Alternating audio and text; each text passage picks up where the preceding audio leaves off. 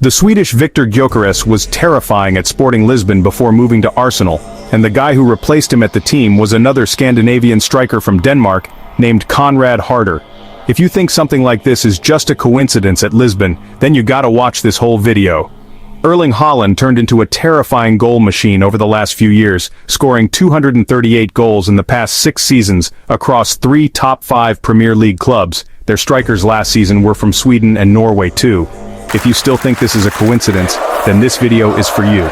Over the last few years, the traditional center-forward role has basically started disappearing, and that's not my thoughts. It comes from Alan Shearer, who's considered one of the legends of that position. At the same time, the club started to shine by developing players with different qualities like Benzema, Mbappe, Firmino, and some clubs, if not most, began relying on goal-scoring wingers like Salah and Dembele, for example.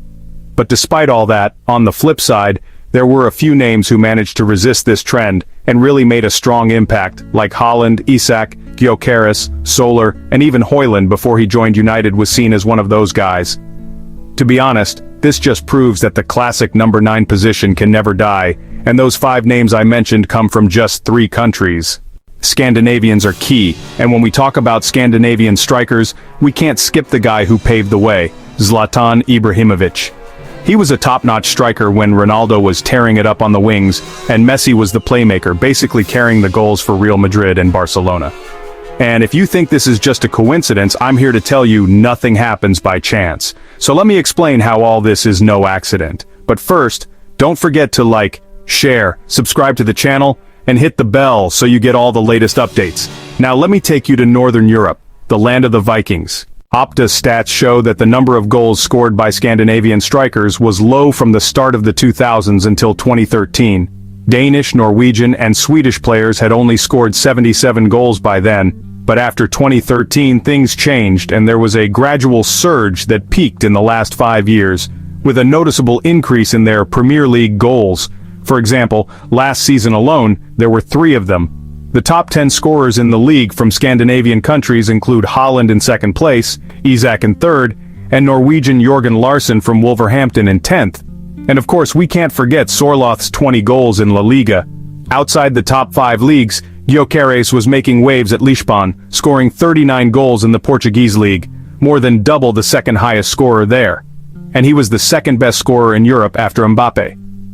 Opta also mentioned that 6 Scandinavian players scored 10 or more goals in the top 5 leagues last season, which matches the total goals scored by Brazil's players, and Italy scored just 1 goal fewer than England's players, which repeated the pattern from the 2023 to 2024 season, when 6 Scandinavian players also scored 10 or more goals.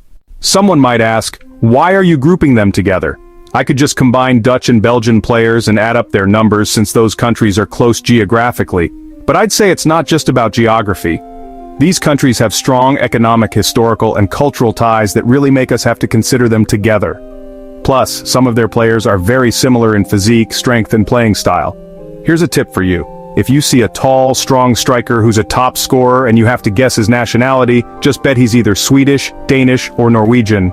Forget about geography or history for a sec, and let me tell you the real secret behind why players from these countries, especially strikers, stand out nowadays. Unlike before, there are a few reasons.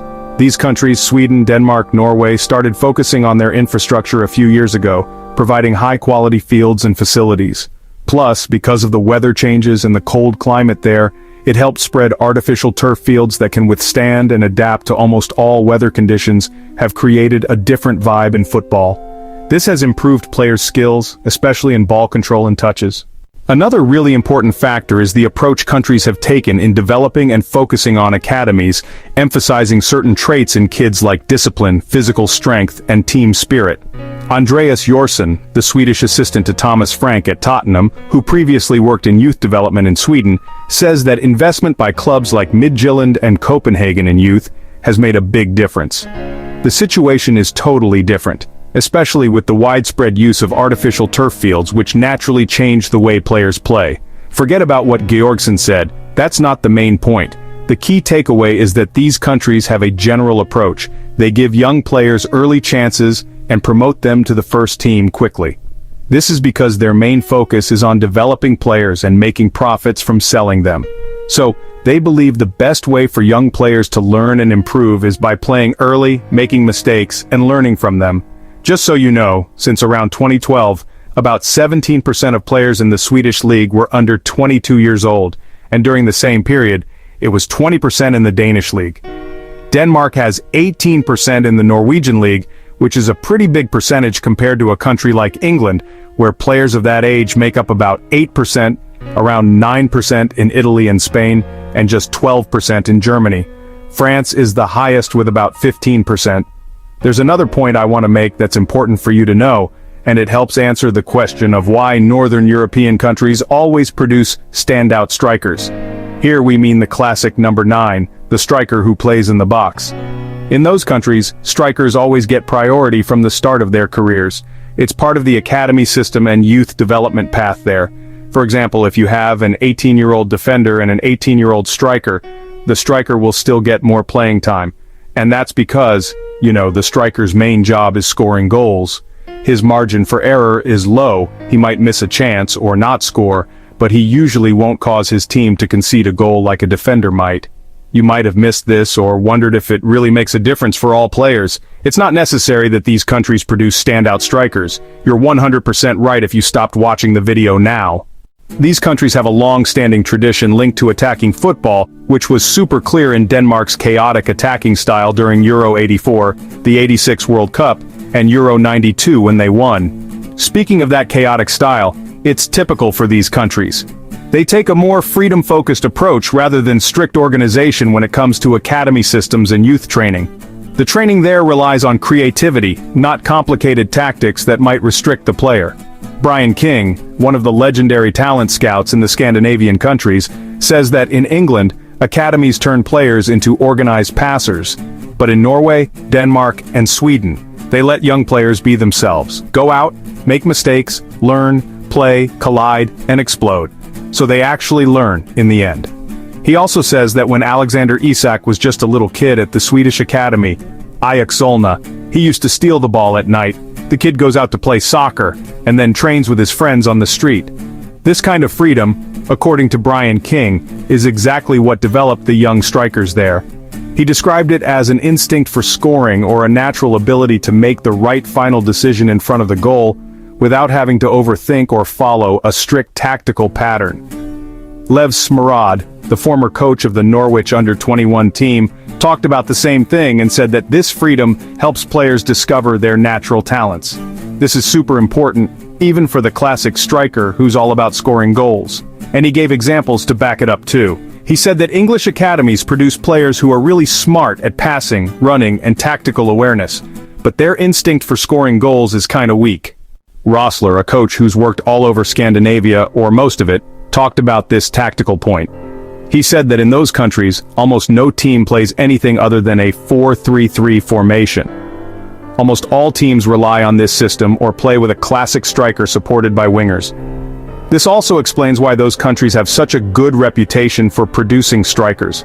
On top of that, there's something else that really makes a difference with Northern European strikers in their careers, which is their adaptation of taking a logical step-by-step approach and not rushing fame is important.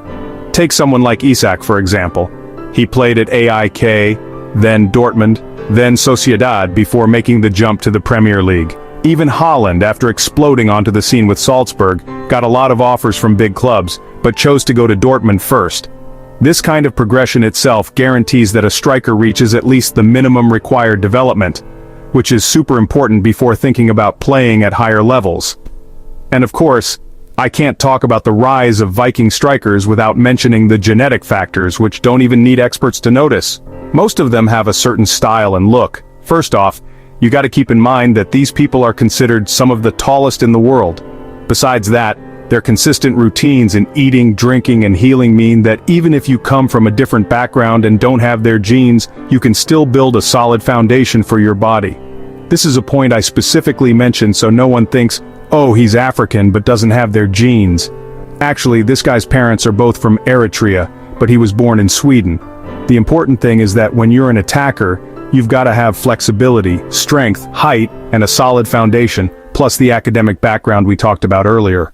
So the logical conclusion is that you end up with players like Haaland or Izak or Gyökerich or Solos or even Haaland, who was shining with Atlanta before facing the tough United environment. But he really proved his quality. The Scandinavian countries have shown that freedom, a strong foundation, focus on infrastructure, academies and solid training methods, all combined, can produce strikers from their own backyard. That doesn't mean other countries don't offer quality in the same position, they do, but at least not with the same standout scene you see in the Viking countries, especially when talking about a classic, straightforward striker. If it weren't for the Scandinavian countries' people, this episode might have been about the disappearance and extinction of the 9 center. Anyway, I've pretty much covered the topic from all angles, and that's all I have.